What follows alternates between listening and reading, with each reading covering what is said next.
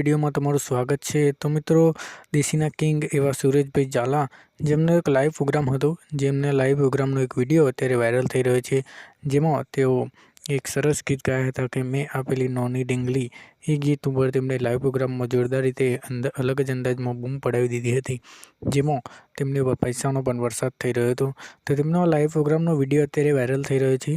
તો વિડીયો પસંદ આવે તો વિડીયોને લાઇક કરજો, વિડીયોને શેર કરજો, ચેનલ પર નવા ચેનલ સબસ્ક્રાઈબ કરજો।